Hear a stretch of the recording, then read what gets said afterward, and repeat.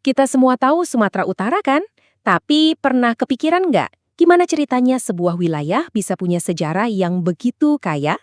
Dari pertemuan kerajaan-kerajaan kuno, pusat perdagangan dunia, sampai jadi provinsi yang dinamis seperti sekarang. Hari ini, kita akan bongkar kisah luar biasa di balik Sumatera Utara. Sebuah perjalanan waktu yang bakal mengubah cara kita melihat wilayah ini. Oke, ini dia peta perjalanan kita. Ada 5 babak utama. Kita bakal mulai dari era kerajaan-kerajaan maritim kuno, lalu kita lihat gimana kesultanan-kesultanan Islam mengubah total wajah wilayah ini. Setelah itu, kita masuk ke era kolonial yang membentuk perbatasan modern, menelusuri proses pembentukan provinsinya yang ternyata penuh liku-liku, dan terakhir, kita akan lihat gimana semua itu membentuk Sumatera Utara yang kita kenal sekarang. Siap? Yuk, kita mulai dari awal. Yuk, kita putar waktu jauh ke belakang, ke masa di mana lautan adalah jalan tol utama dunia. Nah, disinilah kisah Sumatera Utara dimulai. Bukan sebagai daerah terpencil, tapi justru sebagai salah satu pusat atau hub perdagangan maritim global yang super sibuk dan strategis. Coba perhatikan timeline ini. Yang paling keren tuh bukan cuma nama-nama kerajaannya, tapi gimana mereka ini hidup di era yang sama, saling tumpang tindih, dan bahkan bersaing. Jadi ini bukan sekedar pergantian kekuasaan loh, ini era yang dinamis banget. Pengaruh Sriwijaya yang luas, kekuatan dagang kerajaan Aru, dan munculnya Samudra Pasai sebagai pusat Islam pertama, semuanya terjadi dalam satu panggung besar. Coba bayangin betapa ramainya pertukaran budaya, barang, dan ide-ide di sana. Oke, dari pusat perdagangan, sekarang kita geser ke babak transformasi besar berikutnya.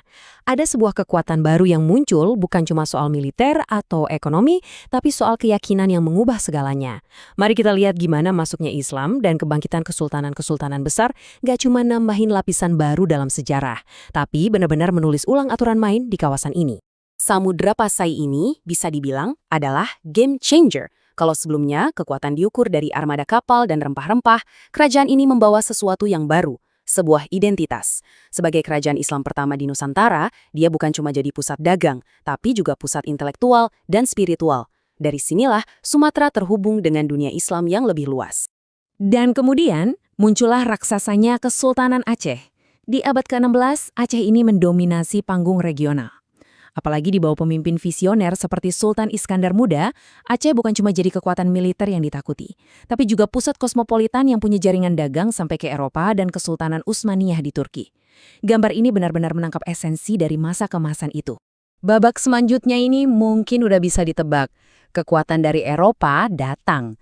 Mereka nggak cuma datang untuk berdagang, tapi mereka datang untuk mengubah peta. Kedatangan kekuatan kolonial menandai pergeseran besar di mana wilayah ini untuk pertama kalinya disatukan secara administratif dengan cara yang dampaknya masih terasa sampai sekarang.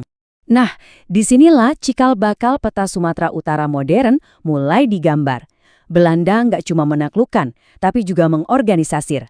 Mereka menciptakan sebuah pemerintahan terpusat yang disebut Gubernemen van Sumatra dan menunjuk Medan sebagai pusat komandonya. Ini adalah langkah besar yang mengubah Medan dari sekedar kota pelabuhan menjadi pusat saraf administrasi dan ekonomi, peran yang masih dipegangnya sampai hari ini. Dan ini dia blueprintnya. Belanda membagi wilayah ini jadi 3 keresidenan utama. Aceh, Sumatera Timur, dan Tapanuli. Ingat-ingat ya 3 nama ini, karena 3 potongan wilayah inilah yang nantinya bakal jadi bahan dasar pembentukan Provinsi Sumatera Utara yang kita kenal. Yang menarik, bahkan pas kekuasaan pindah tangan dari Belanda ke Jepang selama Perang Dunia Kedua, kerangka administrasi ini ternyata terbukti begitu kokoh, sampai-sampai tetap dipertahankan. Ini menunjukkan seberapa dalam struktur kolonial ini sudah tertanam, dan bagaimana struktur ini akan menjadi fondasi sekaligus tantangan bagi Indonesia yang baru merdeka. Setelah kemerdekaan, ternyata menciptakan Provinsi Sumatera Utara itu nggak segampang membalik telapak tangan. Prosesnya, ternyata rumit banget, butuh waktu bertahun-tahun dan penuh dengan lika-liku.